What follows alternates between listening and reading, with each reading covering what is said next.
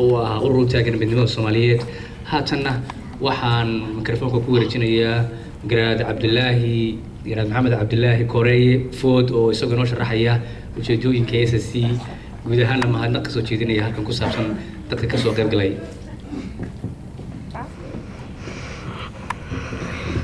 aad baad ma santaayeen Faysal Ciise bismillaahir rahmaanir rahiim marka ugu horeysa waxaan salaamayaa dhammaan dadka sharafta leh ee ka soo qayb galay munaasabadan qaaliga ah ee lagu xusayo sanad guuradii koowaad ee ka soo wareegtay aas-aaskii hoggaanka midaynta iyo badbaadinta sabata bixinta shacabka gobolada Sool iyo Sanaag iyo Cayn aad iyo aad baad u mahadsantihiin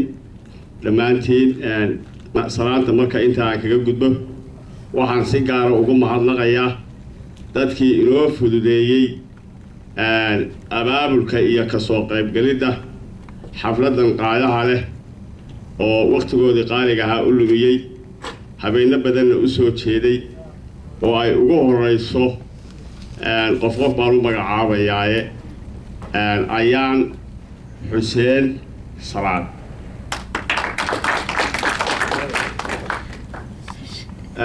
oo ay ku xigto gabadha la yiraahdo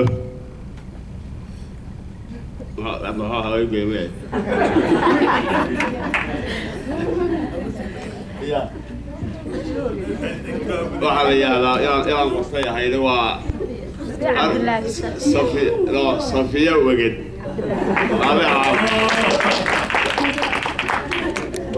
دينا ويلاش عدار ولا يحضر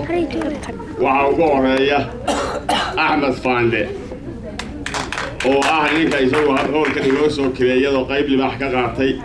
وحاكو حيقة كاريا عظم فارية وحاكو حيقة ورية فيصل عيسى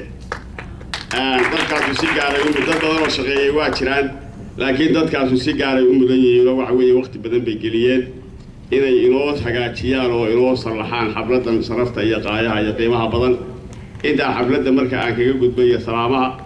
waxaan u soo noqonayaa SSC saddexda magac ee saddexda eray ku yaala halka waxa weeye waxay u taagan yihiin saddex gobol oo ka mid ah goboladii Soomaaliya dhowr iyo tobanka gobol ahaa waad ogtihiin oo dowladdii dhexe ee Soomaaliya markii ay baabaaday dhib badan iyo burbur badan iyo dhibaato badan baa ka dhacay dhulkii dadka shacabka ah ee saddexda gobol degan waxay ku heshiiyeen inay samaystaan nidaam ay kaga badbaadaan dhibaatooyinka faraha badan ee maanta ka taagan Soomaaliya meel kastoo ay tahay bay u taagan yihiin waxaa markaa saddexda eray waxa weeye waa Sool iyo Sanaag iyo Cayn waa saddex gobol oo Soomaaliyeed waxa inta dheer oo kale oo ay u taagan yihiin Soomaalinimay u taagan yihiin waxay taageersan yihiin inaan dhulka Soomaaliya uusan kala goyn oo isku yaalay taageersan yihiin marka dadweynaha Soomaaliyeed sharafta leh ka soo qayb galay munaasabadan waxaanu ka codsanaynaa inay nugula dabaaldegaan farxad waxaanu ka codsanaynaa sida aanu Soomaalinimada u taageersanahay inay Soomaalinimo u taageersanaadaan oo aan dhulkeena aynu marka dambe haddii lahaydno aynu saa ku wada raadino qaran Soomaaliyeed haddii lahaydmo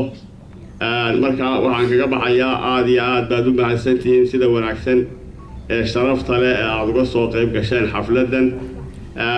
hadda Soomaalida waxay tiraahdaa saxan ku gudaan saxan ku gud idinkana marka tiilo ay timaado baanu saas oo kale aanu mataqaanaa idinkala soo qayb gali doonaa waana mahadsantihiin waana ka baxay salaamu calaykum warahmatullaahi aad iyo aad